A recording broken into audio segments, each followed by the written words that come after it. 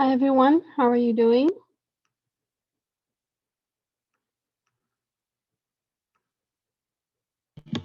I'm sorry about that.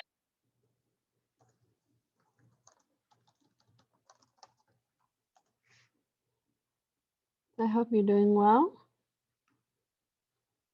So we have about a minute before 2 o'clock. If you wanted to log into Canvas and check out what we need to do this week.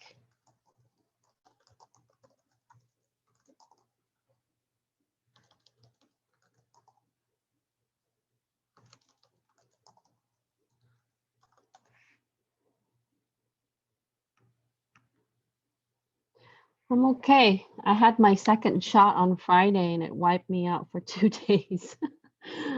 I'm finally better.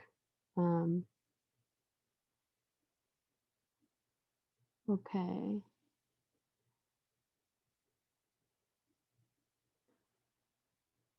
So maybe it might be like your Zoom setting.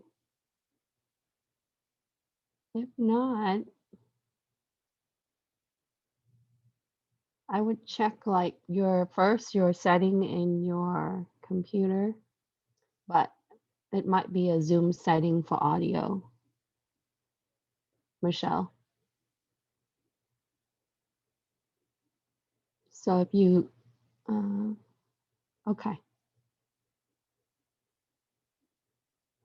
Yeah, sometimes, I don't know, maybe, maybe it's a Zoom app. Some people have the same issue. Okay, let me get my files open real quick, and then we'll talk about the assignment and the things that we need to do today. We're gonna go over cloud and just AWS for today. And then I tried contacting AWS Educate to get free access again this year, but they haven't responded. And I tried since the beginning of the semester. So yes. For our 30D class, we were able to get free access, but we did have to put our credit card. You can use the same account. Yeah, I'll show you if you haven't created the user for your EC2, then you just need to manage your credential with IAM. So yeah, we'll talk about that today. If you already have it, then you can use the same account. You don't have to create a new one. Okay, so let's talk about our weekly task. So let me share screen.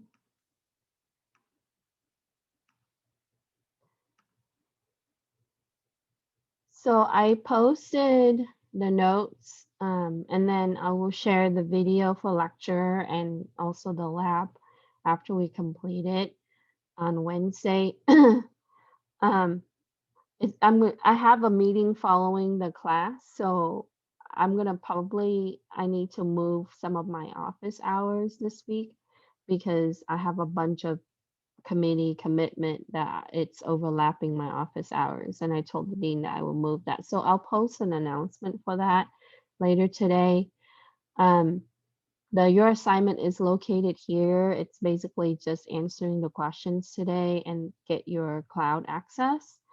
I know if you already use it for your IoT programming class, that's fine. You can use the same account. And then there is a quiz review game. So if you want to attempt the extra credit, that's there. And then there's a quiz too, which covers chapter 5 through 8.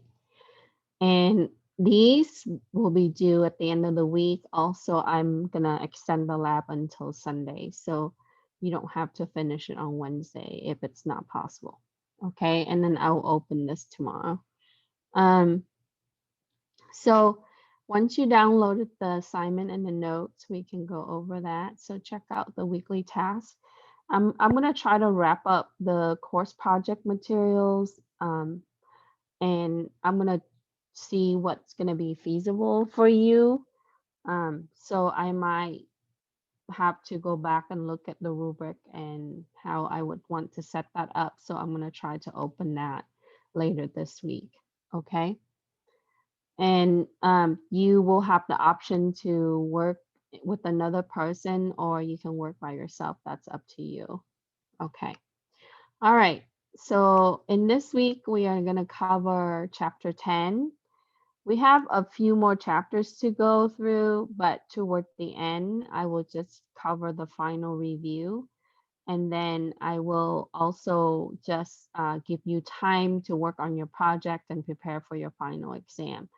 So we will likely not have to do some of the labs down the line um, when it gets to like the last few weeks. So I will address that when we get close to that. Okay. So in this week, we're going to talk about AWS. And AWS has a free tier. You get 750 hours with that. But when you register for the account, you do have to put in your credit card information, and they usually just hold $1. And as far as my class, this is this and maybe a little bit of the project, so you will not be able to use up all the hours. Now, I don't know how many hours you use for the other class, but I think it should be okay. Um, Before, AWS Educate used to be able to give me the access, which is free with the classroom, but they haven't been able to do that this year. Sometimes they will just give it to you for the first time, and that gives you $50 credit. But I've been trying to contact them and I haven't been successful. So we don't have the AWS with RCCD. We use Azure, which is Microsoft. And so that's probably why. Okay, so in this week, we're going to talk about AWS and how it's used with CLI for Python SDK. And if you take a look at their guide, let me open this up. And I can show you. So here, I put the link for you in the notes, but you can see how that would work with the command line interface for AWS. So if you connect it with like a Linux machine, you can actually install AWS CLI. And keep in mind that when you administer system, you will not have graphical user interface. Additionally, you don't usually have browser access for most part because some servers, most servers, they're designed to service specific tasks or, they're designed for a certain service. So you will likely only have command line. And most of the web server out there, you will see that they're Linux based. There are companies that use Windows based, and that will be IIS.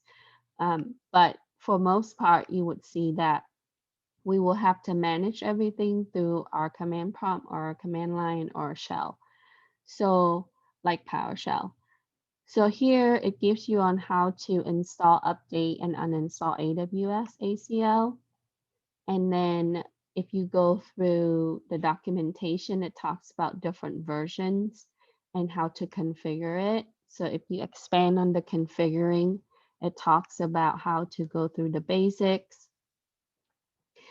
And that's where you would start, okay? And because you are going to use terminal connection, so basically if you run a Linux server, you would have to install this tool so that way you can connect to cloud. And you know that AWS is the most popular, as it would be the most affordable for many companies. So once you install it, then you have to configure, and you have to configure your access key ID. And also it talks about how you need to set up region, and we'll touch on that when we talk about the networking part. So here it walks you through on how to access it. Now, if you had my other classes before, like CIS25 last year and CIS27 last year, I showed you how you can do this. But if you have your other classes, Mr. Lee probably showed you how you can terminal in. You can use SSH to connect, and you can use a third-party tool like PuTTY to manage your SSH session.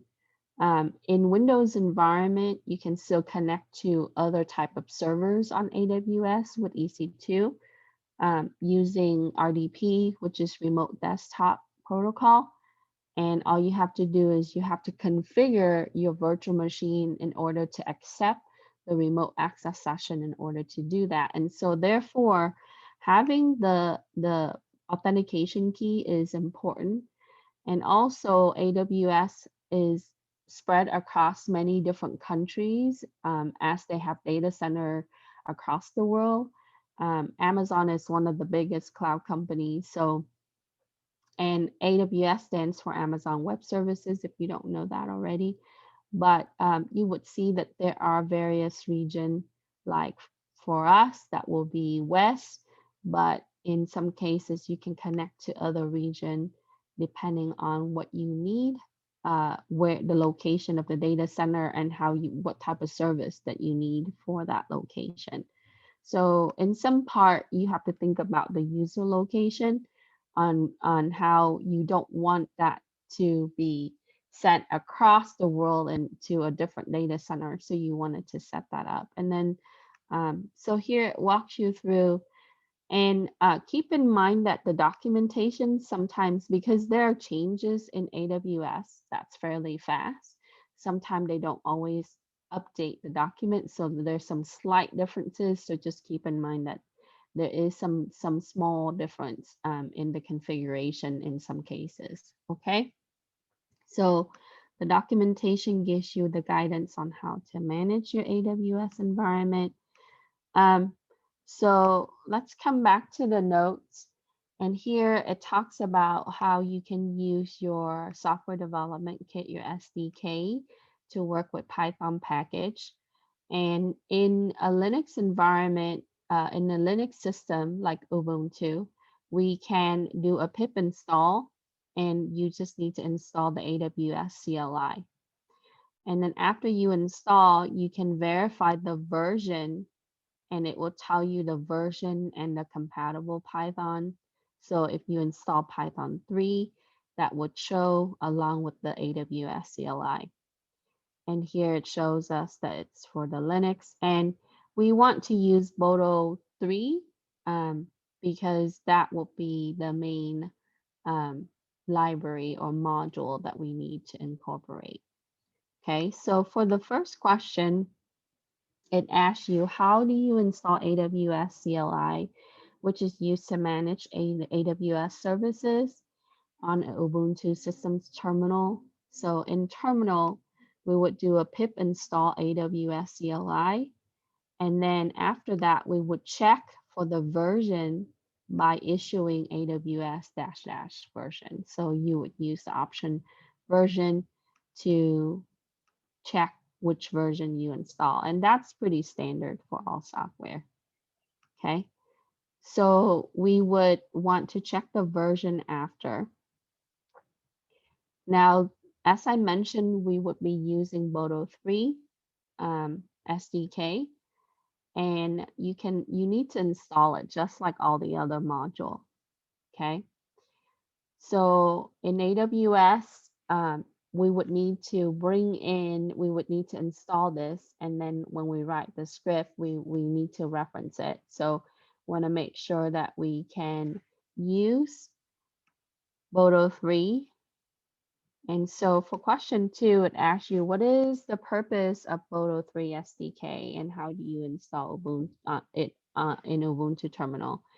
So you would describe AWS SDK Python Boto 3 is used to create, configure, and manage AWS services, such as your EC2, which stands for Amazon Elastic Compute Cloud. And the elasticity just means that they charge you based on your usage. So unlike some of the other packages, you actually don't have a fixed cost. Enterprise level, they normally pay for the bulk. like they would tell you like how many, how many minutes that would include, what type of services that would include. But for most people, and even small companies, Elastic Cloud is the best option because it's flexible in that sometimes you use more, sometimes you use less. It really depends. So with that, what we can do is we can have a module or the software development kit in that we can configure, create, and manage, like zone. We can manage permissions with the users. We can enable services. And so with that, we also need to manage the storage service, which is the S3. And storage service is pretty close across all vendor. Like if you look, if you compare between AWS and Azure, for example, because Microsoft is one of the biggest one too, you would see that, they have S1, S2, S3, mainly for storage, and you can use it for IoT, you can use it for all different type of areas that you need for your infrastructure. Especially for if you're looking at from the lens of, your DevOps, we mainly gonna push applications with web, so you have to, enable your web services and then tie your web services like what we talked about last week with your database and your applications. So that way your user will be able to have access. Um, okay, so Michelle puts, okay, so will you show us regarding the SSH authentication? I had a problem uh, in the VM. I do not have RDP on this laptop. I use AWS because, okay, yeah, I can do that. I can actually post instruction for you because I previously written that for both Linux and Windows. So I will share that with you. Okay. Okay. So, and maybe I will probably likely incorporate it with the lab so that way we can probably set up our EC2 session. And it will be reviewed for some of you that had done it before. So that will help you because, if you put like AWS on your resume, it's a huge hit. So if you're able to certify with Amazon, that's a plus. We have a cloud administration degree that's coming out next year that will be aimed towards certification. And RCC has the architect one, but I have the DevOps one that's being written. Okay. Yeah, it is. So a big part of it is the networking, right? If you configure your network properly, you you have that key set up properly, you're not going to have the issue. And so the hard part is the networking part. Okay. And so once you have that set up, it's a lot easier. Okay. Yeah. Um, Okay, so for question 2, we can say that Modo 3 is used to create, configure, manage AWS services such as Amazon EC2, Amazon S3, and keep in mind that it is object-oriented API as well as low-level access for web services. So when you think about AWS, you can think just data center, right? And data center has racks, switches, servers. So basically you're accessing their server, right, that provides storage, that provides services, and we can, cloud options can be varied. It could be infrastructure, it could be just for web hosting, it could just be for storage. Like companies, sometimes they just rent space to, archive their data. Depending on the contract, right? Most contract will be like 50% in security and maintenance. And then some company, they put their entire network on the cloud, meaning that they just rent the whole rack and they would have their servers, their switches, their routers. So every time that, their users or their customer would connect, it would direct them to, their whole entire infrastructure is on the cloud. So you do see some options like that. And with that, we need to really think about how we would manage it. And we can use Modo 3. And to install that, we will just do pip install boto3. And again, this is on Linux terminal. So let's talk about the details in this. And you can find all of the answers throughout the notes. Okay. Like I screenshot that for you. So in AWS console, you have the option in identity access management, and this allows us to manage users and user permissions. So as you know that you don't access it at the root level unless you need to really have the highest privilege at a like for a brief thing. Okay. Security reasons we want to use. So if you have developers or yourself as developer, when you're working on project, you should use a secondary or a different account that is not at the root level. So what you see is they have this thing called IAM, and IAM allows you to configure and manage right access. And a big chunk of Amazon certification focuses on this, especially when you're looking at cloud security certifications. Um, it really emphasizes area for AWS. Okay. And so here it provides you the screen capture. And then when you can create users, groups, you will have a dashboard, you can establish policies, and then you can also change account settings. So let me come back to,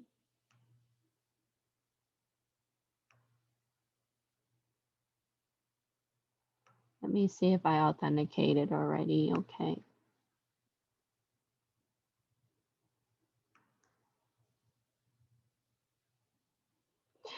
So when you first created the user, you have the option, right? And you would either access it when you sign in, you can either access it as a root user, and then after you create your user in IAM, then you can as you know, you can log in as that user. So it would always prompt you this option once you create. And if you wanted to create a new AWS account, you would do that here. And again, you have to fill out the registration information with credit card with at least $1. So I'm going to go ahead and log in, and then it's going to usually ask you for this twice.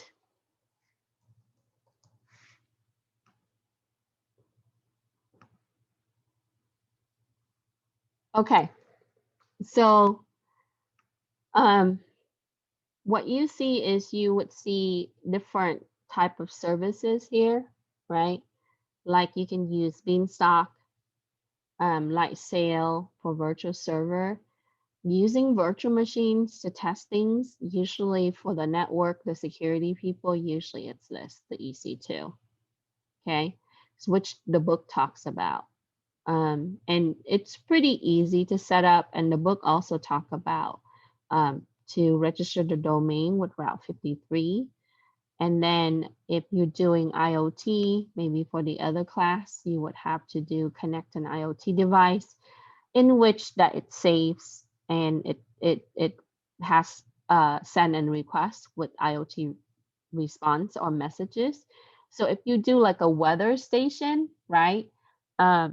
For a weather station, when you put it on AWS and you can connect it via the web, you would see those type of messages there where it updates the information when it receives requests and so on. Or if you're looking at it like Alexa or smart type of devices, you can use this option.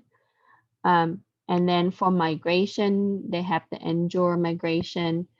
So what you see is there are different type of fundamentals you can actually learn. So there's tutorial and learning lesson in case, okay? So in the service, I recently have IAM, but if you want to search for a service, you can also type in with the search, okay? And then you can click on all service and you can find IAM, okay? They have changed this interface since last year, so you can see that now, you know, I think it's a little bit more organized in the way that they display this. So in the IAM, what you have is you would be able to create the users like what the book talks about. So once you have that, you can go into users, and I created the users here, right? So when you add the user, you can just give it a name. So let's say test one, right? And then you would select the type of access. So there are two categories in the access, and this would tie it with the access key ID and the secret access. And if you want them to, or the user to have management console access, that would make them like at the super user level, you would enable the password. So that way they would have to authenticate with the password. So if we select both like this, right, then you can have it auto-generated password, which you can find actually in the account setting. Or you can have a custom password where you would use a static password that you would input. Okay.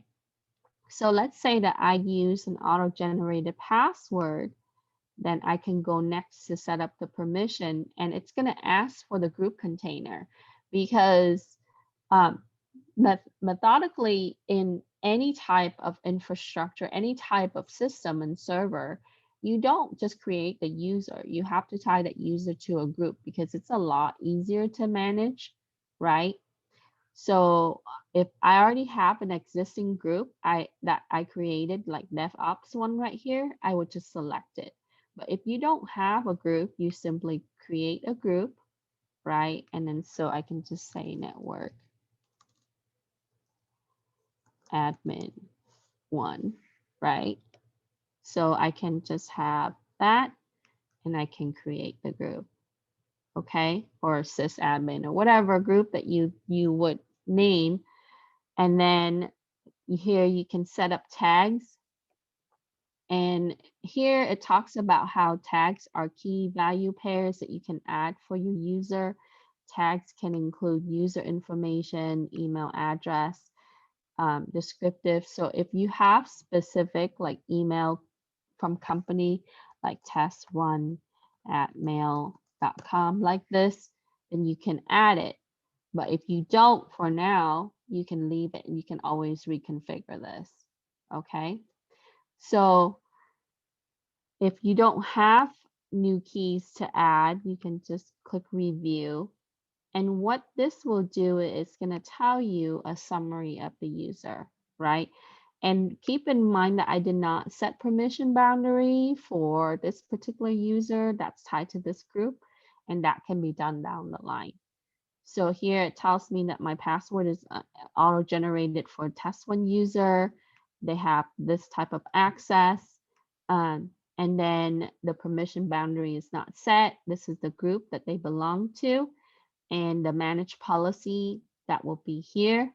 And then if you have additional policy, you can actually add it to the group, which is a better approach than just adding it to the user. And then if you have tags, that would show here. So once I'm done, I just create the user. And here it would tell me that this is the access ID key. And this is important. So if you want to test that user access, you have to copy this ID key. And then you can also find the secret access and the password where you can click show. And then if you want to email the user, you would then send the email to that particular user, and it would help you automate that process, right? And here it says here that users with AWS Management Console can sign in at, and it gives you the link to sign in. So you would then click that link in order to sign in. Okay. So, and in the email, it would include some instructions for how to sign in with the credential. And it says that you can review and download security credential. You can email the user. So it tells you that all the capability of that. Okay. So now I actually have 2 users in 2 groups, and it shows me, right, the access key and things like that. So now you can also set roles, okay, where you can create roles. And here it says that I am user in another account, application code running EC2 instance that needs to perform actions in AWS resources, service that need to act on the resources that your account users incorporate directory and identity federation of SAML. So the role is also important, especially when you're looking at, how that particular group of users is going to tie to the overall service that you're providing, with the servers that you're providing. And then your policies, it has all the built-in policies here, right? Like if you're doing a lot of IoT, you would do like Chime, you can do voice connector, you can do a lot of different areas, Cognito, etc. And for us in this class, you would see like DevOps and um, maybe for, what was it? I just saw it and it disappeared on me. VPC, right? And then so on. Okay, so for the networking end, you can set up like, virtual PC and some of the other policy that would tie in. Okay, so this is the interface and you can also customize your policy as well. Okay, and under the actions, you can attach a policy to a certain area and you can select multiple policy. So in my opinion, it's very centralized in the way that you would manage this, and it's convenient. So this is why cloud is, because just setting this up alone take a lot of manpower manually. So, if you have it ready in the package like this, it's helpful. Okay, now keep in mind that they will charge you by the time that you use. So when you don't use it, right, then you can log off, and so that way it doesn't count up the minutes and so on. So you make sure that you log off on this session and so forth. Okay. So you can do like a sign out on how you name your cloud. Okay. And then you can check out your billing and so on. Okay.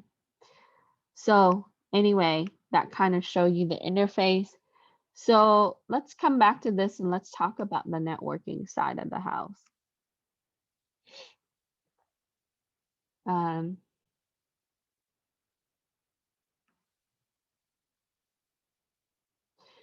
Now, once you have the AWS CLI authentication credential set up, then you can do AWS Configure. So just like what we did with the console itself on the using the web browser, we visited the site, we logged in, we create the user, we set up the user group, the group for the user, we possibly work on policies and such. But we also need to configure regions for our AWS. So a way that we would use this is we would use AWS Configure Command.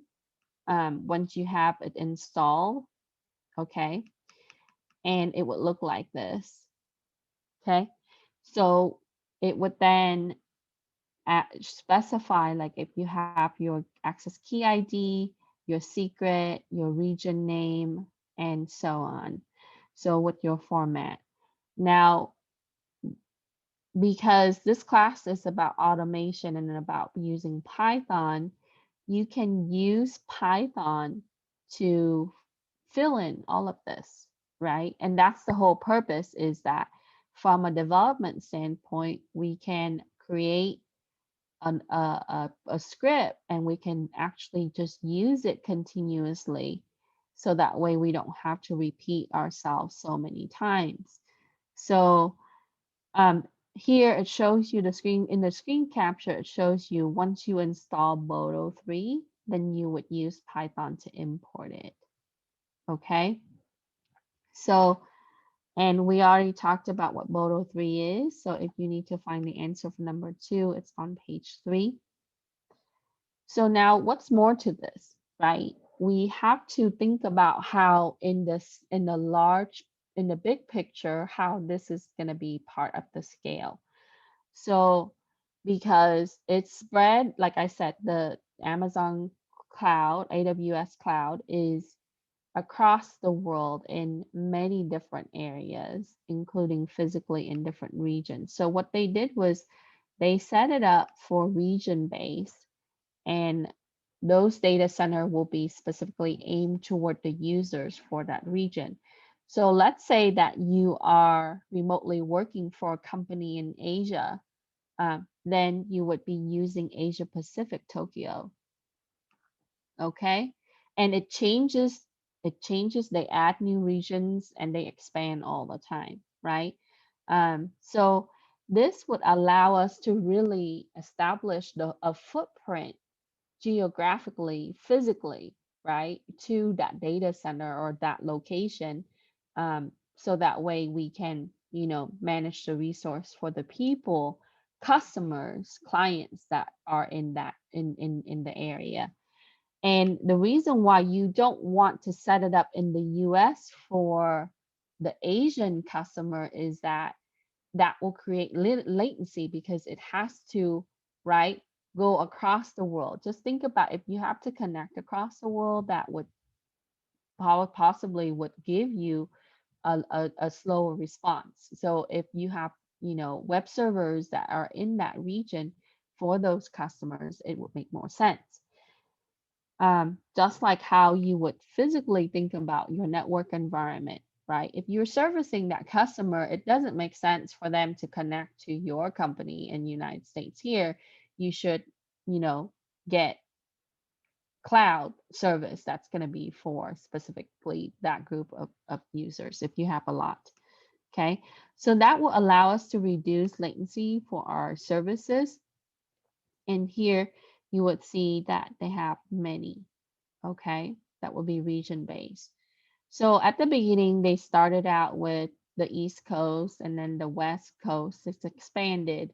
So this changed year to year, like I said. So they would have increase. It depends on the demands.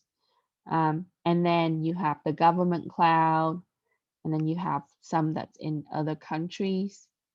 So now the implications, if you set up your service across the world, like I said, where it geographically would make your user connect from one part of the world to the other, there is some cost implications with that, right? Because you're still using their network connections, right? Their bandwidth and so on. So keep in mind that, it would make more sense if you set up the appropriate region for the area, on who you want to service in the world. Okay. So here it touches on that, on the type of service, like you would want to have Alexa Business or Amazon Chime, or could be Microsoft's MySQL compatibility for database, etc., etc.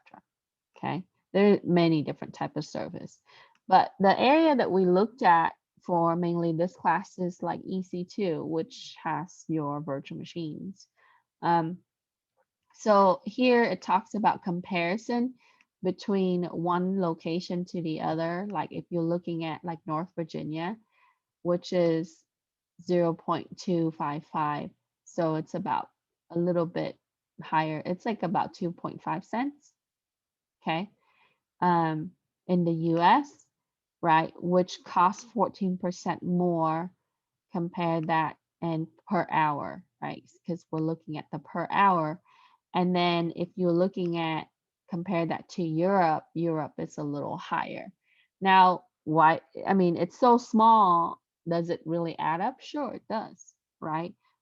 So if you accumulate that, that could be a high cost for your company over time. So considering that, we have to think about the geographic difference there. Okay, so if you wanted to know the local zone pricing, okay, Here is where you would look at the local zone and the services. Okay. And you can use the pricing calculator. Um, and then you can go to also their resource center. I think that they have a lot of really great stuff for new startup. I know that they give like 7,000 hours or 700,000 hours or something like that for new startup, but you have to apply for it. And then so you can look at like different plans, like on demand and so on, and then prices for different type of services there. Okay. And then with data transfer, there are charges, like what we said, right? Because you're using the resources. So just like how you pay for a mobile connection, you have some type of pricing plan, right? Like for EC2, if you select different type of OS here, right? The instance that you use, and then it kind of walk you through on how to look at the prices for the instance. So they are varied. Um, so what you see is that you would have options. Okay, because sometimes companies will only use like Linux for web servers. Sometimes they would add in like SQL, and then other company would use database with Windows or just Windows. Because remember, proprietary software get, vendor charge them. So when you're using this, they have to pay for the license. And then with that, it accumulates out to your cost that you're paying as a service. Okay, so before we answer number 3, let's get to that. So we talked about looking at the region, and then you have the zone within the region. Okay, so first you have to really think about which region are you using, and then under that we need to set up zone under that region. So they are called AZs. Okay. So here it says that the number after the region, okay, AZs are labeled using the combination of region and alphabet letters such as East, right? 1A, US East 1B, and so on. Each region have multiple AZs, typically 3. So you would normally have about 3 AZs, and each AZ in its own isolated infrastructure with redundant power supply, intra-data center networking, and facilities. So what does that mean? That means that it really ties back to the hardware end of the house, right? Like how it is interconnected and how it's being maintained in that particular part of the data center. All AZs are in a region, so you can have about maximum of 3 per region, and then that would be for low latency fiber routes. So everything is fiber based, and then so typically within 100 kilometer from each other within the same region. So in a company that they would probably have, branches or large campus, they can think about setting up available zones, right, for that region. Okay, so let's say that if we're looking at something like Esri, right, where they would have large campus facility, they can probably set up available zones within that, we would say US West, right, region, and then will be able to establish different services for their zone. So it would look something like this. Okay. And in between, when you connect, it's fiber routes, and that's already been established by Amazon. Okay. So here it talks about how regions, unlike region, many of the resources we build in AWS can be combined across AZs automatically. So we can configure managed relational database, RDS, that's replicated across AZ. So when we say replicate means what? Automatically, when you have a database, let's say that you have new records that's entered into the database on a daily basis, like transactions for banks, purchases, things like that, or, product inventory, new accounts open, etc., right? You want that to be carried across all the available zones so that way it updates, right? Other servers that are gonna have the database that's carried as child. So in the concept, it's important to become service redundancy because we don't want to have just a database in a centralized location and not push the replication across. We can automate it, and most server would have automation. It would sync, you can set it to sync every so often, like 30 minutes, 60 minutes, or every minute, 30 seconds, etc. And so we can build the automation behind that to really update. So if you have constant transaction like Amazon does, right? People worldwide buy from Amazon. Then what you would see is that it would replicate across the zone in the region. And then, if we need to transfer from region to region, then it will be fiber connected. Okay. So here it shows you on how you can use, right, AWS CLI to check the AZ for the region. So once you already have it in the AWS CLI, you can point to the service, right? And the way that you check your AZs is it uses describe available zones. And here you can have it state, right, available, the type of messages. So basically it uses the dictionary and the key in order to fill that. Okay. So we can check for the region. So if apps run on AWS, are you saying that also run the app? Yes, you should, because what happens if it's down? The app won't be available at all, right? So if you have an app that's tied to a database, then you should have a backup of the app tied to another database. And that would make it the availability part of the security is it should be at 99.99%, right? And that's why people cloud things is because, Amazon redundancy is incredible, right? Or cloud company, the way that they have it, that's why you have it in different.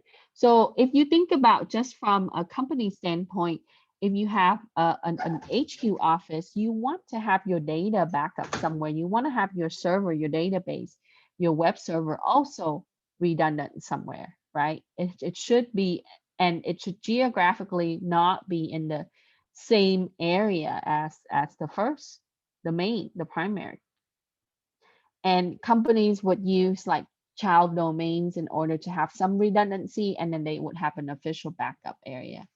So what you can do is you can have like a child domain that would be a replicated of that, and then you would have a third which allows you to back up of the first two. Okay. Okay. So down here it's important. It says, why do we care about regions in AZ, right?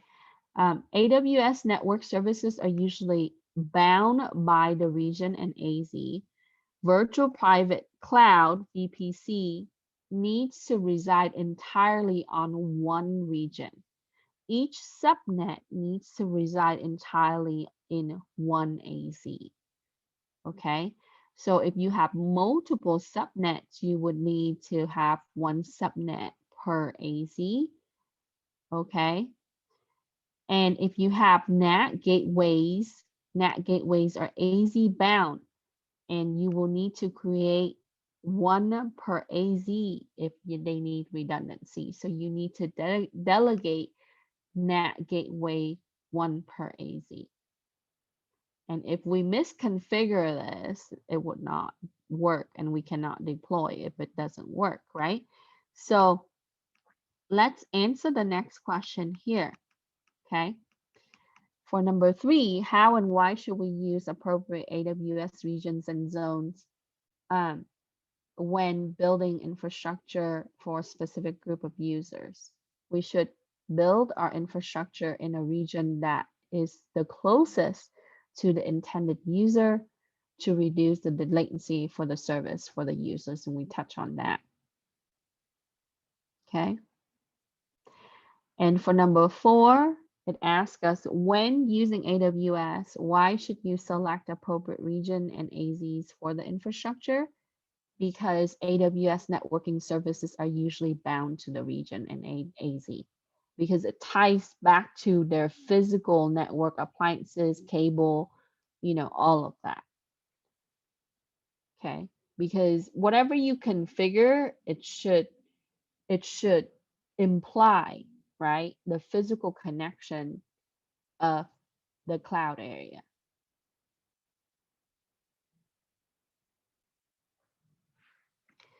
And then for 5, we saw that, right? How should we set up virtual private cloud in regions and AZs? That will be VPC needs to reside entirely in one region, and each subnet needs to reside entirely in one AZ.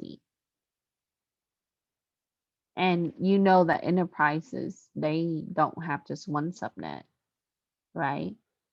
So one subnet would be on one AZ. So take this into the actual physical networking, right? When you set up subnet, you can have one subnet per VLAN, okay?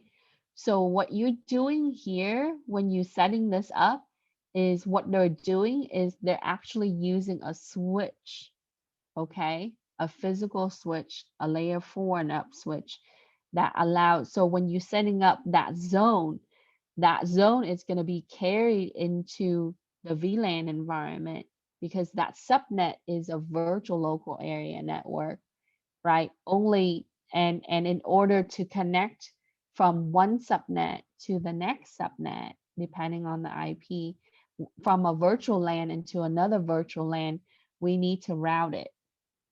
Okay, so what they're doing is they're using an interface that represents AZ to allow you to configure what's actually on a network appliance.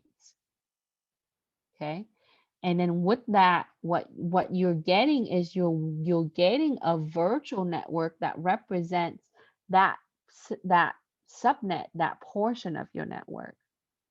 Okay.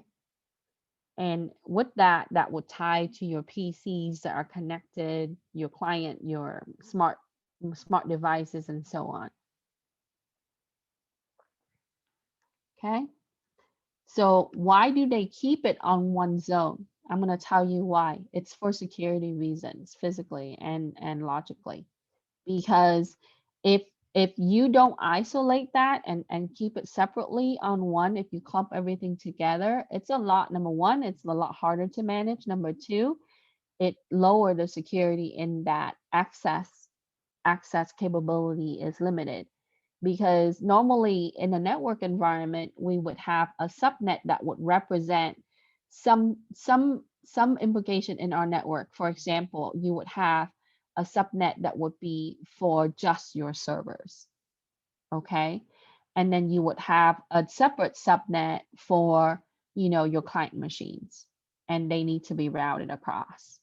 Now, why do we do that? We do that so that way we can separate it. We would DMZ it across, and then we can put firewall and configuration and different policy on different subnets.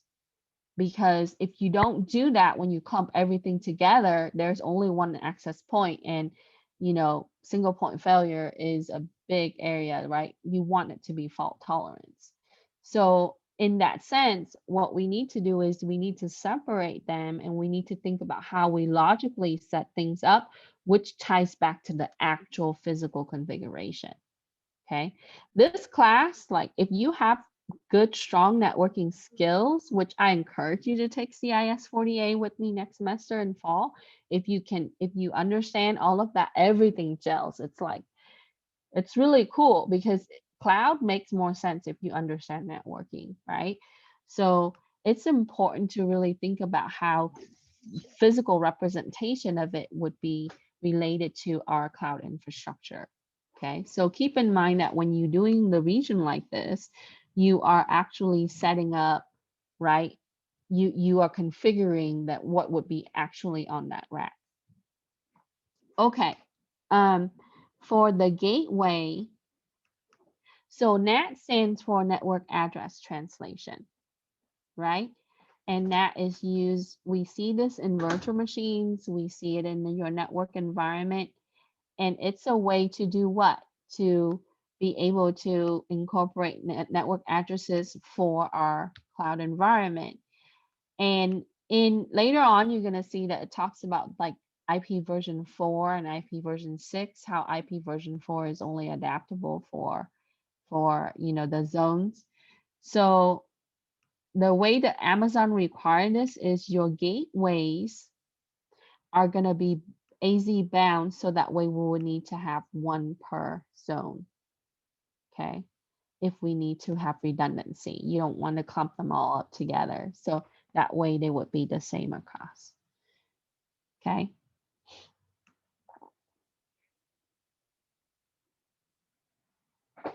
All right, any question with this?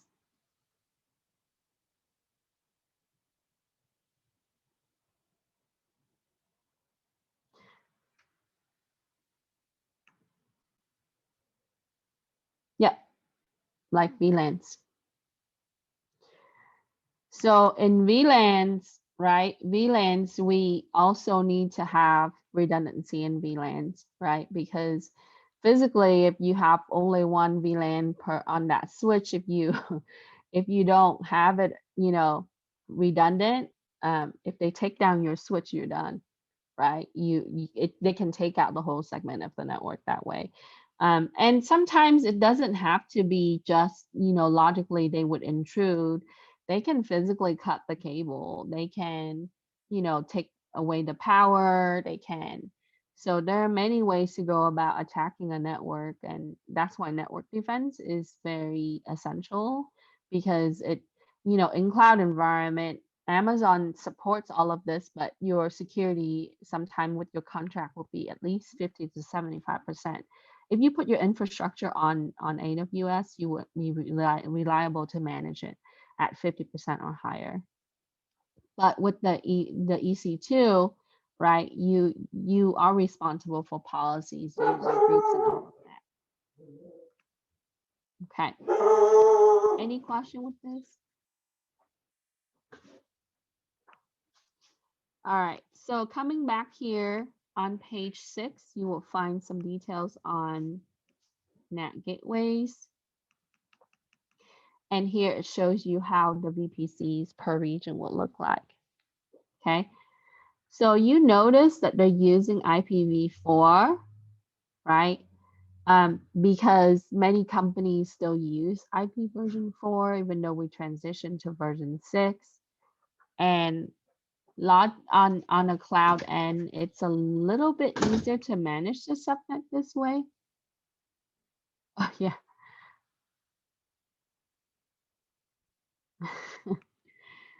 That was my female dog. She's just barking at the FedEx person. Okay. So so here you would have like the VPC one per, and then you would see, you notice how it's different. So here in this example, they're using 10.0.0.0 for the first one.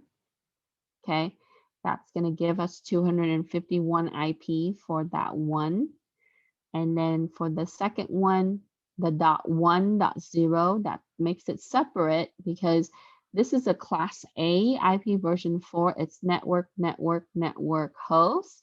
So whenever you change the network value, it puts you in a different subnet.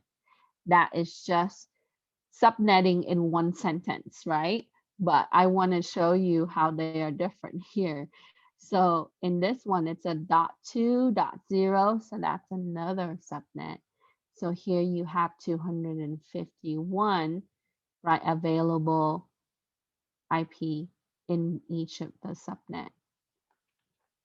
And we don't use the .0 because that would be the broadcast, and we don't use the .255. That's also at the end. That's also broadcast.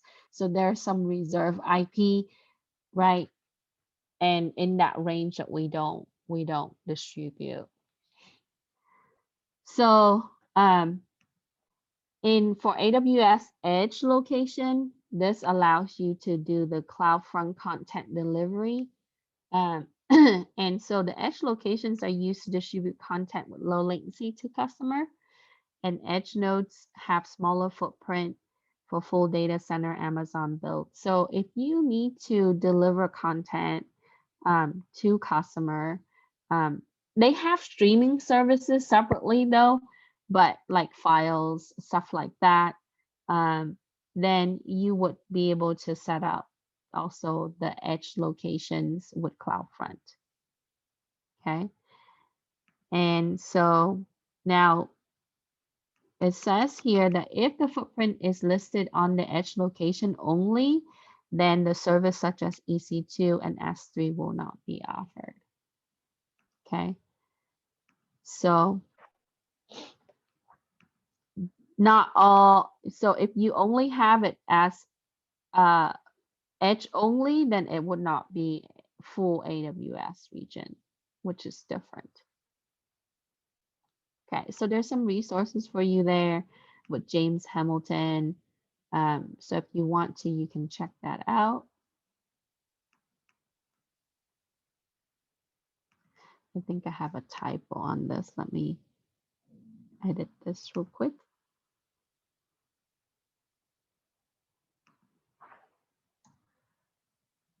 Okay.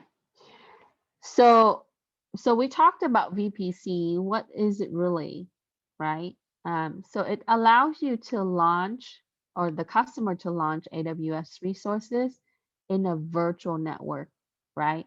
And when we say virtual network, it really, like I said earlier, it ties back to, you know, how it is hosted at that data center with the virtual setup for the connectivity and even the server's environment. Okay. The majority of data centers, you know that they run virtual machines, right? Just to save costs. And even though they have hundreds and thousands of servers, right? But the majority of them would still use virtual machines on those servers to represent other servers, right? Just to save in hardware costs. So it allows you to customize your network, and you can set up your IP address range. You can modify your subnets, right? Sometimes we might have to remove subnets, or we usually would add subnets when we scale out. That means we expand. We can establish new routes or create routes in general, and then we can add up your VPN, virtual private network gateways, and that would tie back to IPsec, or you can have it where it would be direct, and we'll touch on that later on. You can have policies that will be associated, and then you can connect to your virtual machine instances to really build out your virtual data center. And also, if you wanted to extend that to S3 for storage, you can also do that. So EC2 instances was only on VPC, but now like it's a little bit different where you can actually use a wizard to create your EC2 instances, and it would allow you to default that to with the VPC, okay, through your internet gateway. So in that, keep in mind that you have to configure, right, which gateway that you would send that to, and then to be able to get to your instance, which is your virtual machine on EC2. Okay, so it will look like this. One second.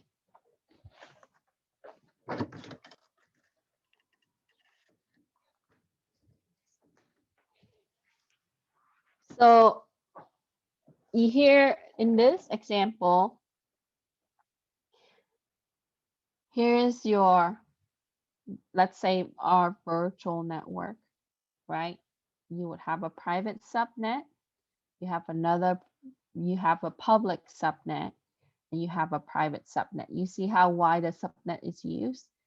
So the public subnet would be where your web traffic would go to, right? Like you would have a company website, you would have things that you provide publicly. And then on the private subnet, we can have it for, let's say, our corporate office, and then another private subnet for our second office. Okay. And then you have to route them, right? Logically, we have to configure the router to communicate across our subnets. Okay. And here we have to provide your internet gateway so that way your web traffic would come into your public subnet. And so this would entail your VPC. Okay. Then to connect so AWS provide the service for us to establish the VPC, in that we would then we would have one zone, one AZ per subnet, and then that would be in the region. Okay, and that region really tells us how that we would route right across. Okay, and then you have to tell how we would be connecting to this by specifying or configuring your internet gateway. Okay. So here it talks about region bound. We touch on that. And our first VPC, it shows. So when you set up your dashboard, right, you would then specify how you would pick your region, how would you set up your subnet, okay, your route tables, your gateways, and coming back to some of your questions, right? Your IoT devices are communicating, possibly because also how you set up your gateways, how you communicate. Like I said, networking is essential. It might be difficult if it's not connecting, and or if you have something blocking it, right? So you can create your internet gateway and then attach your VPC, and then you can modify or create your routing table. And so when you do that, what happens is the information that you put into that routing table actually stored in their router. Okay. And that will be associated with the subnet, so that way it would know how to route. So if I come back to this diagram up here, right, I would say that, okay, so anytime that I have requests for my corporate resources, my HQ resources, it's going to route to this subnet. But if I have, connectivity for, my subdomain, my other domain, it would route here. Okay. So you can set it up so that way it understands what kind of traffic that it needs to pass. Okay. Any question with this? So the screenshot just shows you how you can attach your VPC when you're setting up your internet gateway. And then he grayed out or read out his information there, because okay, and then you can set up your routing table. I do have a class on routing and switching, which I can't offer until I teach CIS30B, but that's going to give you a better understanding. But I know RCC does Cisco routing and so on. So if you understand the concepts with the router, that's going to also help you with cloud. Okay. So for the Python end, so my fall classes, my Python classes are hybrid. Okay, that means that I can use Zoom with face-to-face. That's gonna be Monday afternoon and evening. So I'm gonna teach the security one in the afternoon and then the advanced Python in the evening. So that way, if you want to take it, and there's an hour break in between in case you need dinner. And then my CIS40A, it has to be physical because we will use the switches and the routers on racks. I have these little small racks and I have big racks in PSC 16. So we would use the appliances for the Network Plus class.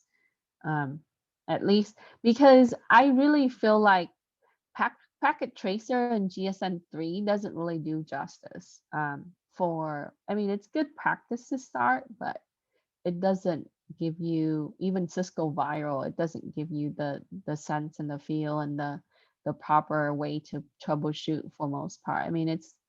It's like 80-90% close, but it's not 100%. So CIS40A will be a face-to-face, but if you can't, I'm gonna try to record all my sessions. And so if you can't make the physical class, you can still take the class, but just watch the video or, watch my Zoom stream. Okay. So again, this is an example of how you can use the script, right? So if you look at this, right, so he basically import in Moto3, right? And then you need to use JSON. And so for the region, you specify that your VPC name, okay? And then for EC2, we wanted to use the resource method to set up our region. And then for the client, you just put in the client name and then filter. So I think when we're using this type of library, we have to be more comfortable with using the built-in methods and how the built-in methods would be implemented. And then here, basically we can filter, and down here we would have a for loop. So that way we will be able to obtain the responses. Okay. So we want to display that. And then you can also create script to query the region for VPC. So once you create it, you can query it. And so when you run this is the program, right?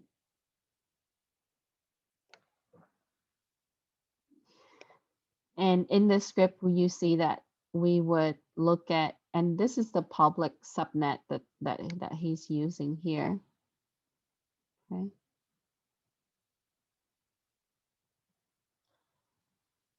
And basically it's just we're gonna query, and this you can tell that it's web.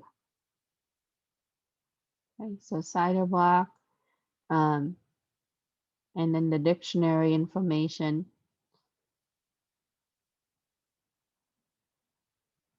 So in the next part, for number 7, we want to describe the purpose of Amazon VPC.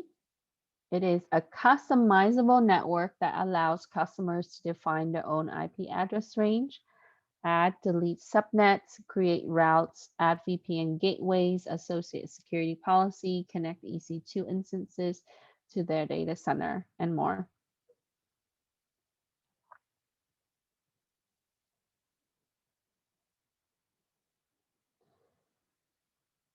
So if you are an AWS customer, right, you need to set up your VPC. And before that, you have to set up your region and your AZ. because VPC allows you to set up your internal IP address and how you want to route across your subnet, how you want to connect your VPNs, and how you want to apply your security. So then we would need to connect VPC to VPC. Okay. So the answer for that you saw earlier on the notes.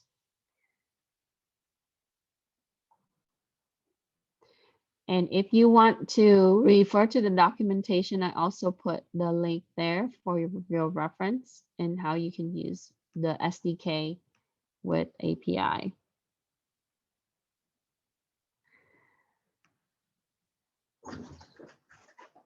So for routing, we can actually create a route table with Python script. We have to tell it the region, right? The name of our VPC. And then we would specify the resources. And then we would use your route table, describe route table function here, method. So we would use that method. And then with that, we can query the route table. So everything that you can do on a regular router, like what you've seen in like the first few weeks that we went over with Python, you can also do that with AWS with Python. But the main difference is that you are using a different module, right? And then your script would be different as it would use the built-in method in that module. So we'll practice some of this later.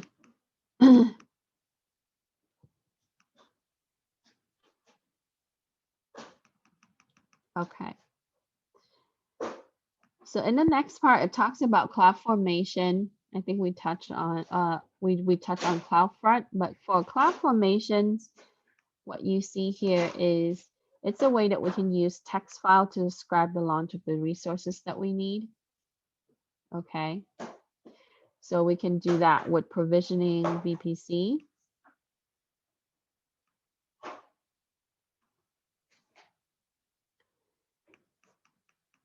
And we can use Python script for that as well.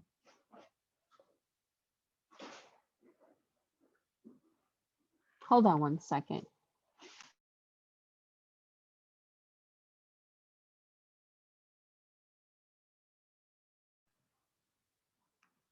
Okay. Let's see. In the notes, it talks about template. You can use template for VPC creation. You can also delete VPC. So whatever you can do on the dashboard, you can do it in the console, or you can do it in the CLI. Okay.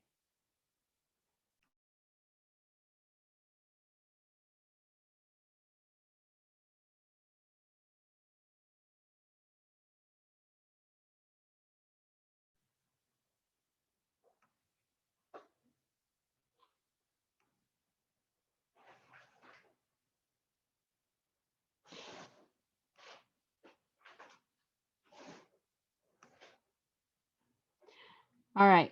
So just like what I said, on the console, you can create the VPC. You can also delete the VPC. You can modify the configuration, right? You can set up your IP address, and whatever you can do on your dashboard, you can do it in your console.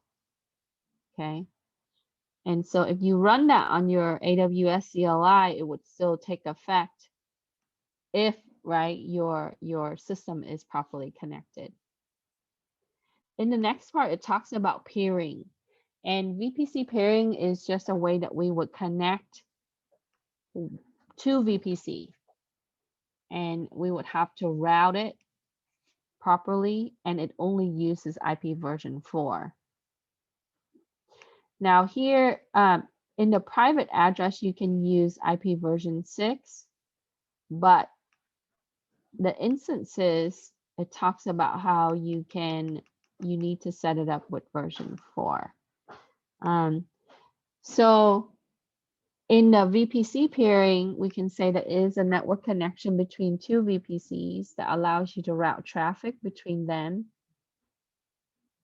So if you have one setup, right, and another setup, then with two different region, then you need to connect them. So you need to make sure that they're peering. We can use private IPv4 or IPv6. So when we say private, that will be our internal IP address, right, that we would use for our company. The instances in either VPC can communicate with each other as if they are within the same network.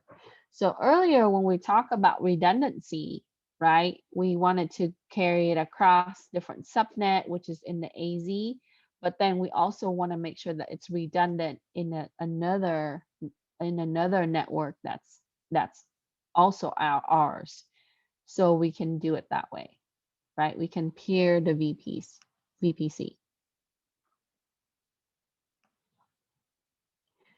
So with this, you can create a VPC pairing connection between your own VPCs and VPC in another AWS account. So in that, it doesn't have to be in one specific account. You can have it in multiple accounts. And VPC can be in different regions. That's known as inter-region or in the same region.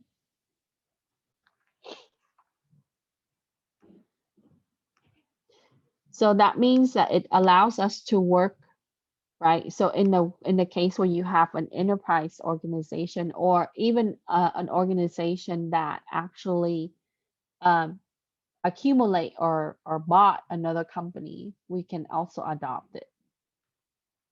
So it has that flexibility.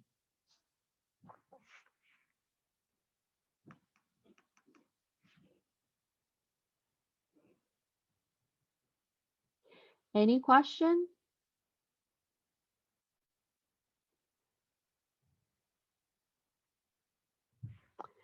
So I want to walk you through on how to set it up a little bit this week for the lab. Yeah. So in your account, there should be your billing information, or your account settings should have it. Let me relog back in.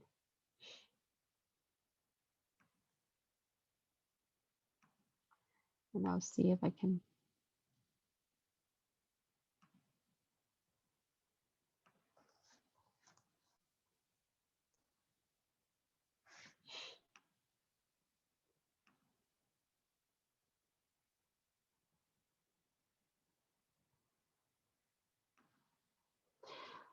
So if you click on your cloud information, you would find, let's see, maybe my billing dashboard.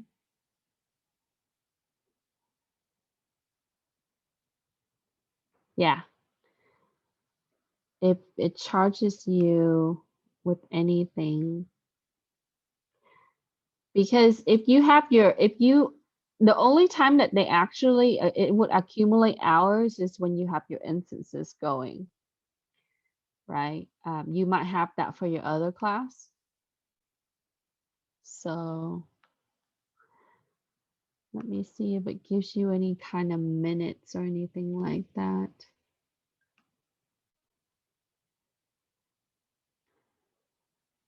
Yeah, I guess until you use it, it will probably show up here.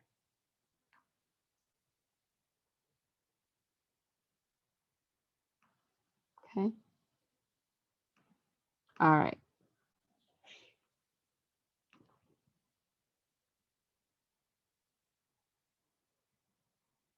Okay, so next we're going to talk about security groups. So in the next part, it touches on security groups and network ACLs.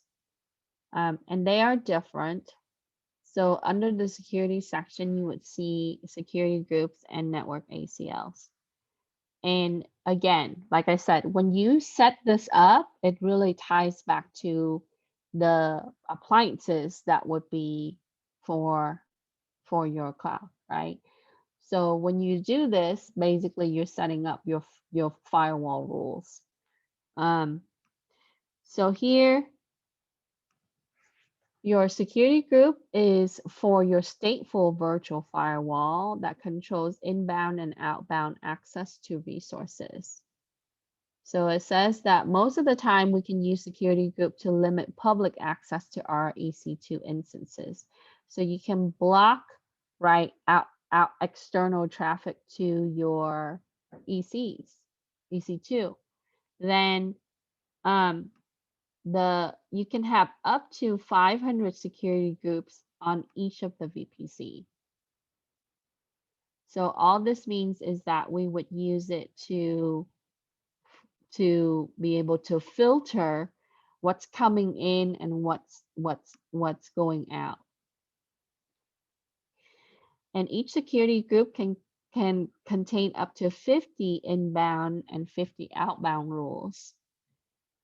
So that's quite a bit, right? So it's a way that we can set up the firewall or the virtual firewall. And you can do that also in Python, looking at this example. So you can set up like the type of protocol, the port, right? How you want it to filter.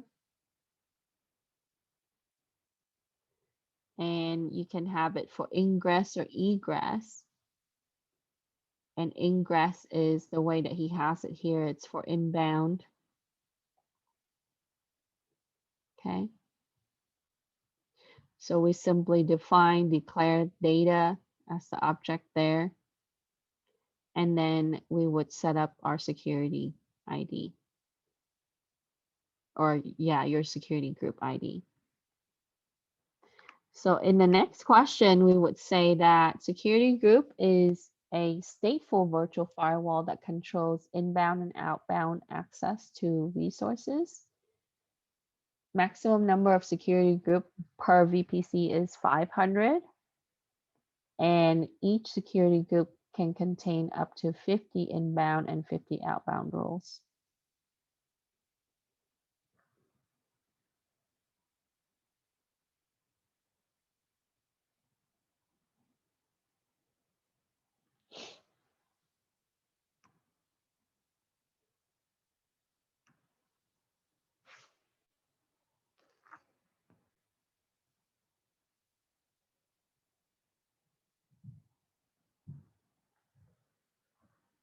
So after you set up your EC2, you want to also your VPC. You also wanted to set up your security groups, right? Which is your firewall. And then you can also set up ACLs, which is for access control lists.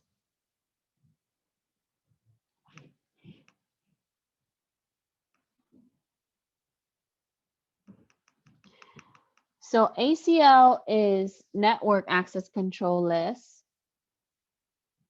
and it should be used as a stateless type of security protection.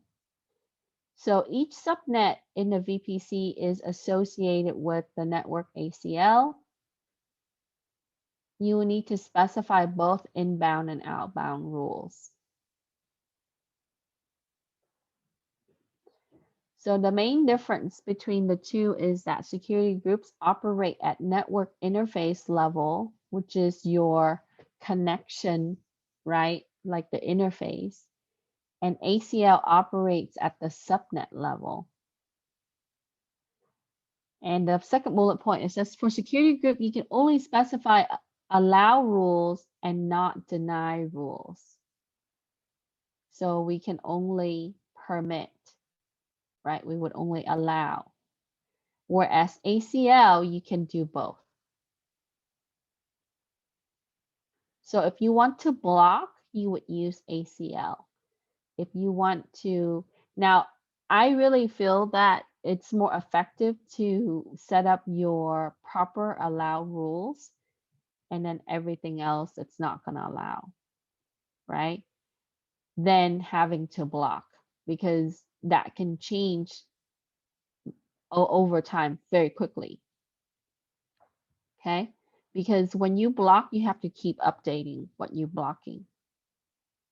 Okay, security group is stateful, so return traffic is automatically allowed. Return traffic in ACL needs to be specifically allowed.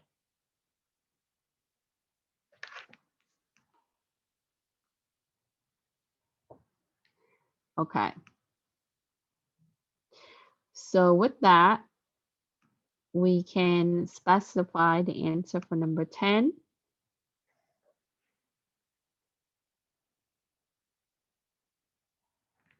And to find the answer, sorry, I'm going to swap back real quick, page 16, the bottom. So we identify the differences between security group and ACLs there. So important to take away from this is that, you know, you want to set up the allowed rule, you wanted to set up security group, you wanted to do both, you can set up ACLs. Security group is at the network interface level, ACL is at the subdomain level or the subnet. And you will have stateful traffic that will be allowed for security group, where you have to specify what is allowed as traffic in ACL. Because security group is always allowed, so it's going to show you what's allowed. But in ACL, when you set that up, you have to say what is allowed, and it's going to show you that. Because it's able to do both.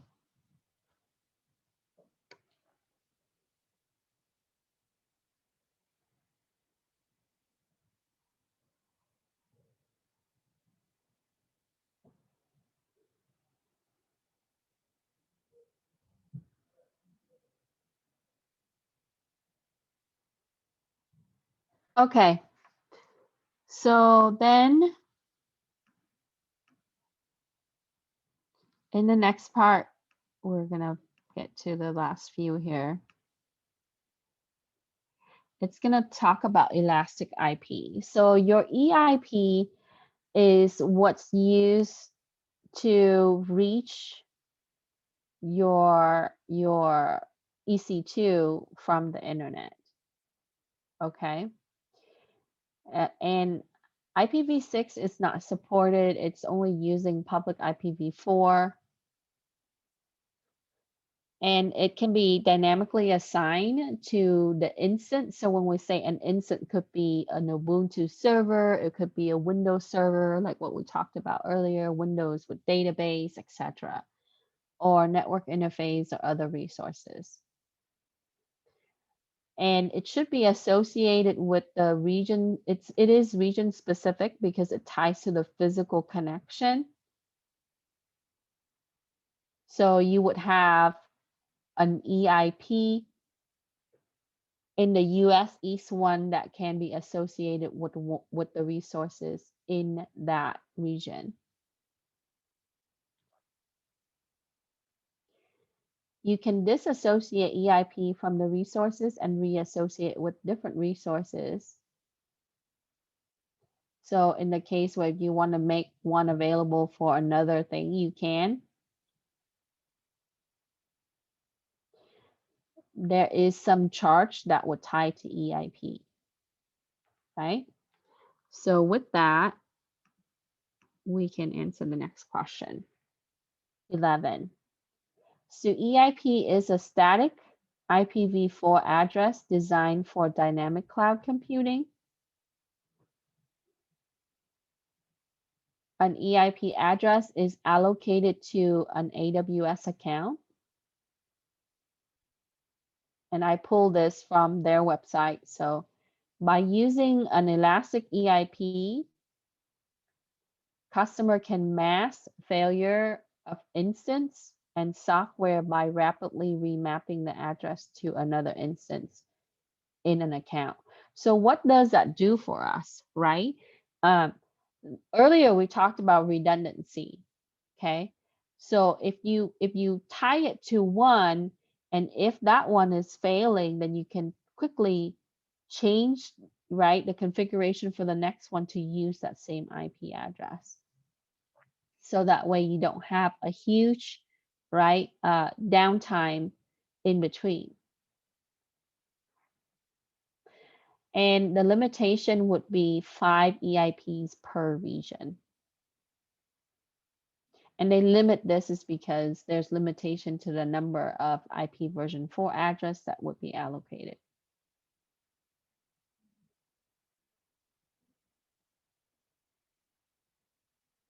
So a combination for IP version 6 is not fully integrated, right? But eventually you will see IP version 6 integrated.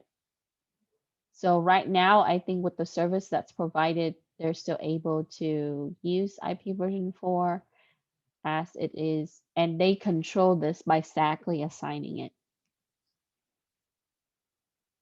Okay, and you can reuse it. So that means that we have the flexibility to reuse it. So that doesn't mean that we're dedicated to that one thing with that one IP.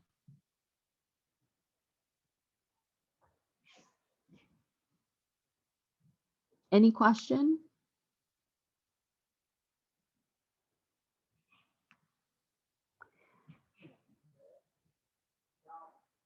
Yep, that's correct. So Michelle asked, if there is a denial of service attack, it will go to another instance. Definitely.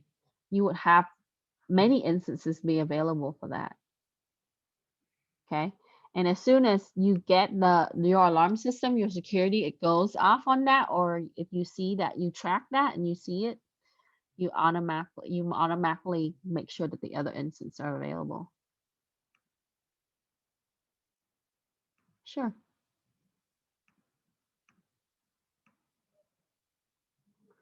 Let me move this up a little bit so you can see them all together.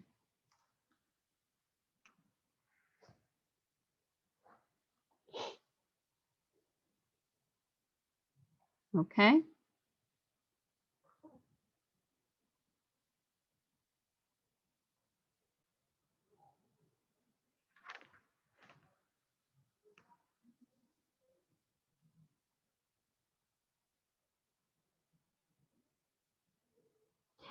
So when you're at 399, where it would be limited, okay, then you would have to be able to create additional with a different account.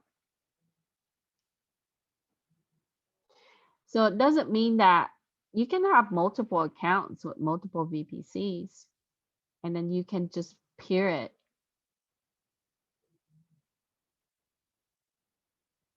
So if you peer it, you would then be able to connect or like replicate the actual policies over.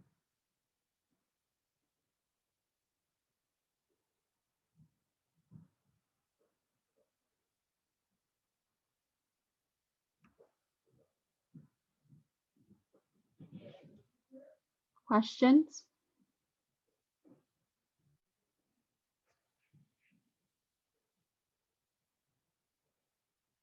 Okay.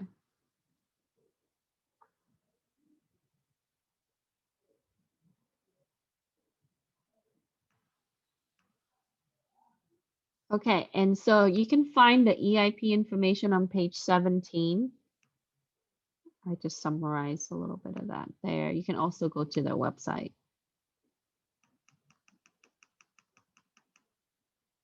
And then here's the limit information, right?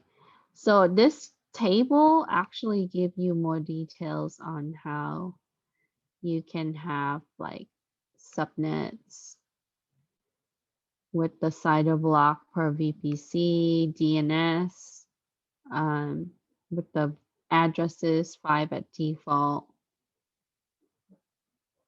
prefix, etc. Okay.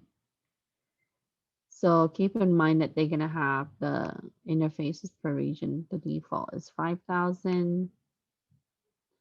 So you can check out the limitations.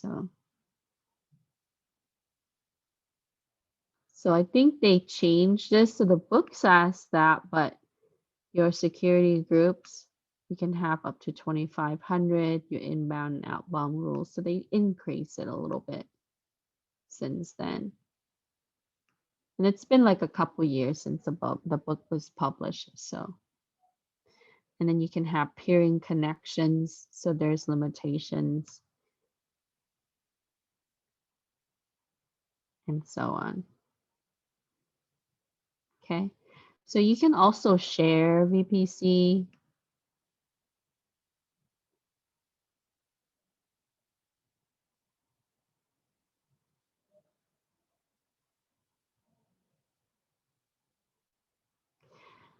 Also, like when you look at this, your packet size, there's also limit to that.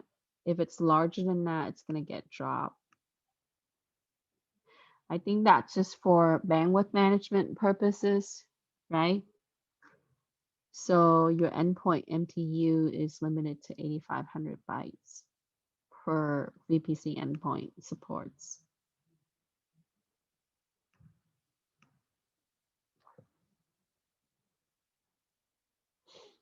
Okay. So let's talk about the connection to our actual VPCs. And some of you are probably familiar with this already as you connect to your Raspberry Pi. Oh, wait, I wanted to go over this with you guys real quick. Let's talk about NAT gateways because we touched on that briefly earlier. So when you're porting address translation, that would be through a firewall, okay? You would connect to the firewall and then the firewall will bring that in, so it would, you know, translate the address. Some of you do this at home on your wireless router or, you know, so that way you can use certain services or you can run certain services from inside your network connecting to the outside. So what you need to do is you need to set up your gateway, and to set up your gateway, you would create a NAT gateway in a subnet so that way it can access your internet gateway via your your AWS, or you can use it through your console or your dashboard. Okay, so the NAT gateway will need to be given an EIP in that it is a public, it's a public IP that's static. Okay, and once you have that, you need to point to the router, okay, that would be routing to your private subnet, because otherwise it would not be able to reach it. Then your NAT gateway would then have your route to your internet gateway for external access. So what this does is, think of it like it's a way that we can be able to send, right? It's going to look like this. So here's your VPC, here's your gateway, okay? Your gateway is going to send to your internet gateway for external traffic. Your private network is your subnet is gonna connect here, and it's gonna go here, and then it's gonna transfer out for external. So in order to get to the internet, your private network has to go through the router, then the router, based on its route setting, it's gonna send it to the NAT gateway. And because we're using like a given a static IPv4, it has to convert it. So it's going to then change it, convert it, and then send it to the internet gateway so the traffic can go out. Okay. And the same way how it's coming in. So with that, we have to set it up so that way we're able to take the traffic from here to the outside. Okay. Very similar to what you've seen with VLAN setup.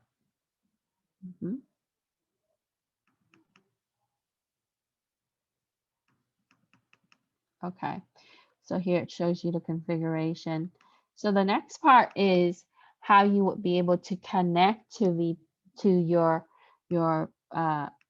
virtual private network. So there are two ways that we can go about doing this, right? The most of the time, administrators, people who work on cloud instances, they would use SSH with the session. Now, then you would, so a common tool, like I said, you would use is like PuTTY or a third-party application that allows you to connect. Another way that we can use is HTTPS. So two ways that we would be able to connect is we would use an Ipsec VPN Gateway or direct connect, okay, to really connect to our network, which is that resides on the VPC. So with the VPN gateway, because it uses Ipsec, it creates a full tunnel. When you connect, it would look like this. Okay. So when you interface, so it's gonna communicate via the connection is established here. So the customer comes in, it's gonna then identify which private network that's gonna be. Okay, and then it's gonna route. So it talks about how it would be route-based Ipsec VPN, where VPN connection is treated as a connection with that routing protocol and the normal user traffic can traverse over. And this is a protocol that would be set up on a router, BGP. Okay, and that will be used to exchange routes. So it would understand like which part of the network that the client needs to get to in your VPC. Okay. And then here it says that we can follow similar routing table where we can route particular subnet toward virtual private gateway target. So this would be set up here. So that's one way that you can connect. The second way that you can connect is called direct connect. Okay. And you can direct connect via their locations. Basically, it's a link with the batch connections. So if you click this, it tells you right across the world the type of direct connect that they have.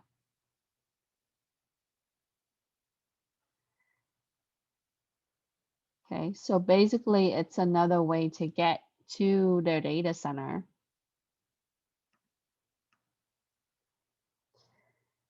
And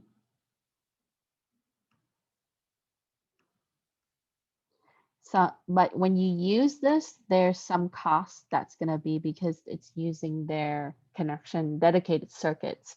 That's their pipeline to get into their network, right? So when you're using that, it's like you using, you know, cable or fiber, you have to pay for that.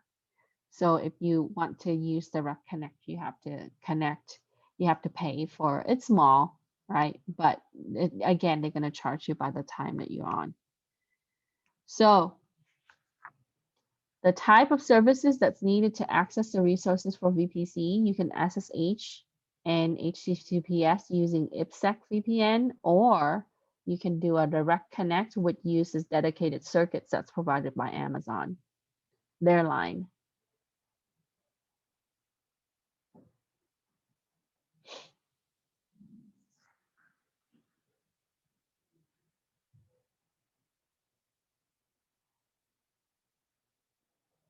Any questions? Okay. And then let's talk a lot about load balancer, because what's a network without load balancer, right? And you can use nodes for load balancer or appliances, right? So for load balancing, this is when we need to scale, or you don't want things to bottleneck. You want to be really distributed so that way it will have quick response.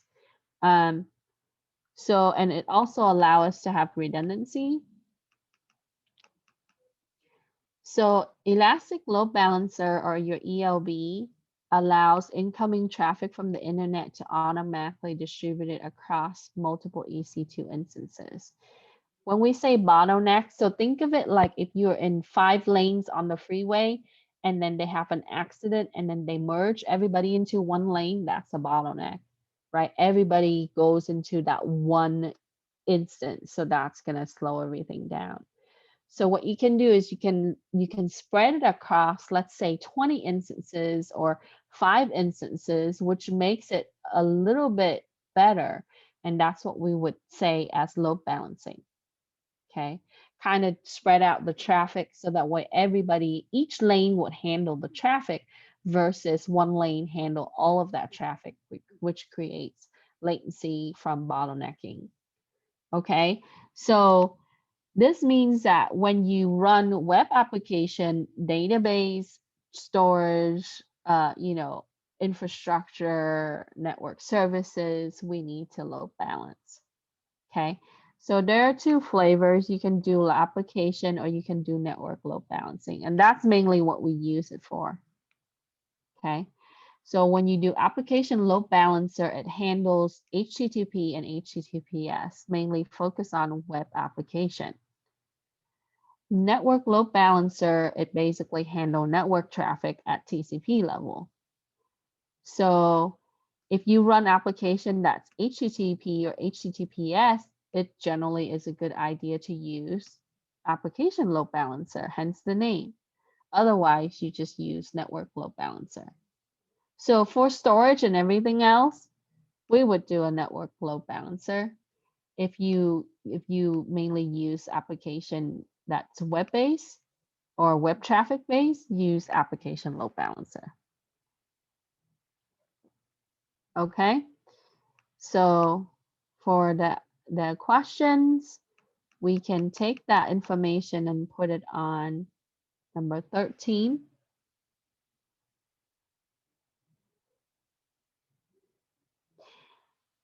And if you wanted to find the page, it's on page 20 of your notes. And then you can see the features. Here it shows you the cost difference. Earlier you saw Route 53, and Route 53 is for domain hosting. Okay. And we want to use load balancer for DNS because DNS, right, your domain, every company have at least one domain or more. Sometimes they register for more, right? So AWS Route 53 DNS service allows you to geographically load balance between the regions. That is known as global server load balancing. And this would be what we would set up for network services. And because you might have a domain and then you have the subdomain with it, right? Or multiple subdomains, and then, or you might have multiple domain within an enterprise. Okay.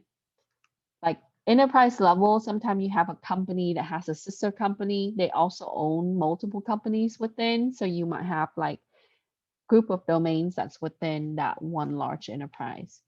And you have to be able to handle that with cloud. So we will be able to use this particular type of service to load balance across multiple regions for our domain.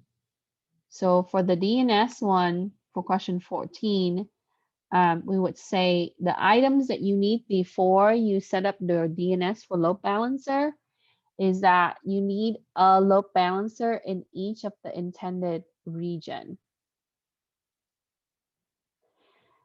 You need to have a registered domain name. And we do not need Route 53 to be a domain registrar. So you can register first and then use the service after. That's what it's saying.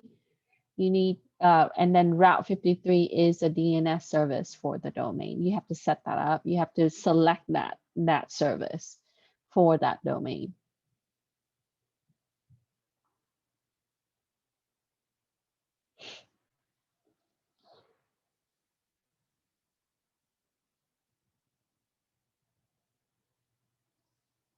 And earlier we touched on CloudFront, right?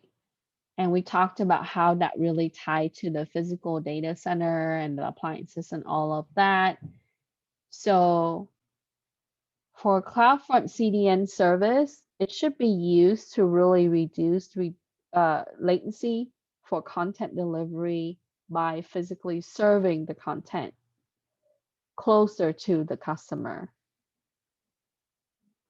So we wanted to provide the customer for that area, that geographical area, the content. Because if you're doing like a lot of streaming content, or if you have a lot of data transfer, then you would see that it's appropriate to use CloudFront.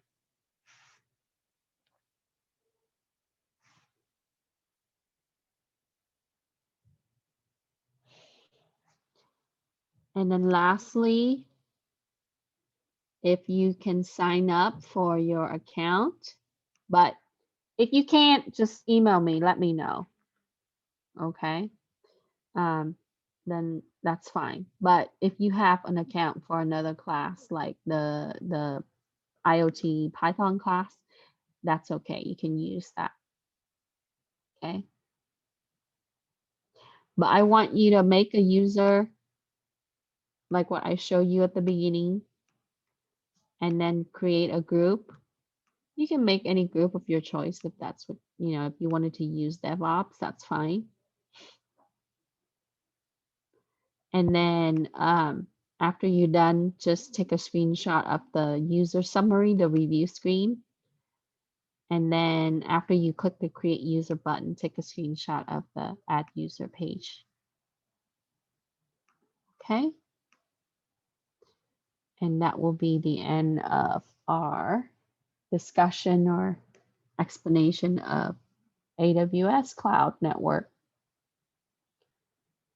I'll put together something and I'll walk you through on how to configure it.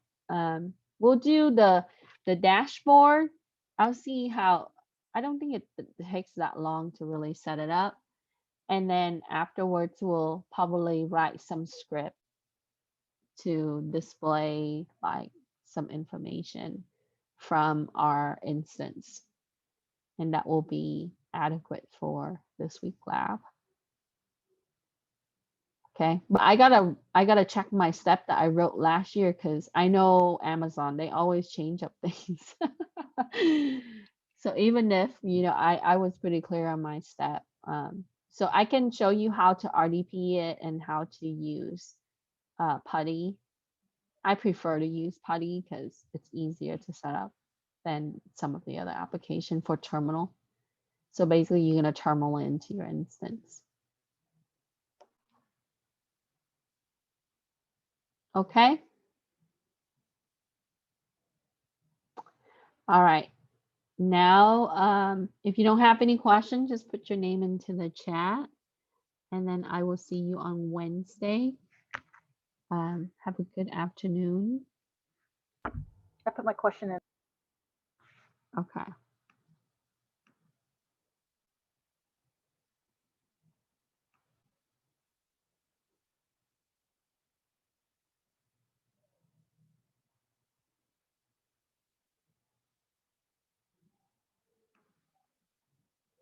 Okay, so you copy your public key. Did you set up your port? How do you what do you use to SSH? And are you doing it from the Raspberry Pi? Michelle?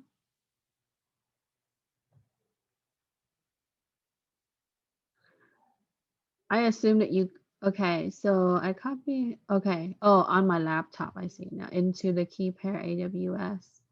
I can't figure out why I can't SSH into my instance VM with the public IP. Here, let me show you. If I can find it. Hold on one second.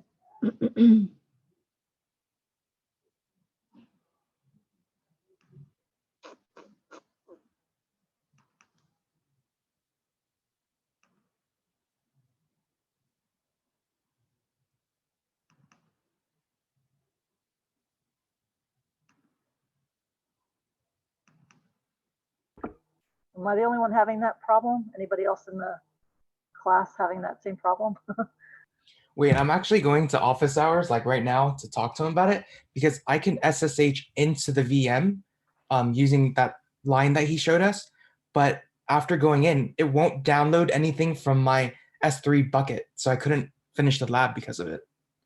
That might be a policy issue. That's a security thing.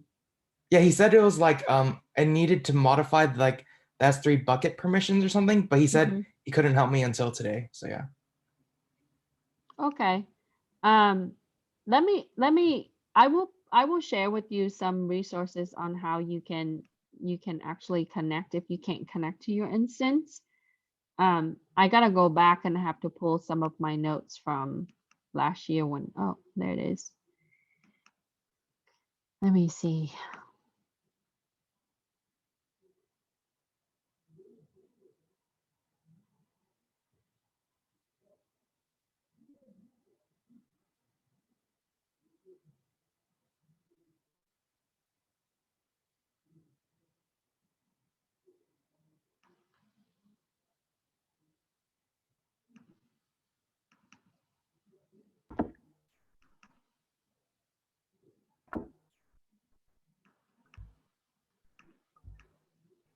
You might want to go to office hours now, as it starts at 4. If you. Yeah, I was about to just get off this one. Yeah, so I wrote this. Let me share this document with you guys before you drop off. Okay. This was written for my CIS27 class last year because when we went with COVID, we have to make do with some cloud stuff, and I wrote the instruction. I haven't verified to see if it has changed, but let me drag this over to this so you can see. Oh, why doesn't it? I tried to use a different key and that still didn't work. It was holding on to the original key. So I'm not sure how to troubleshoot that.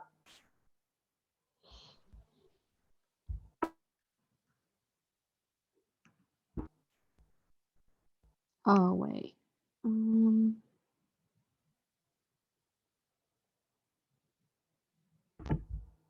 What about you, Guy? Oh, sorry. I've been struggling on it. These last, he keeps saying on the video that he has that he's going to be sharing files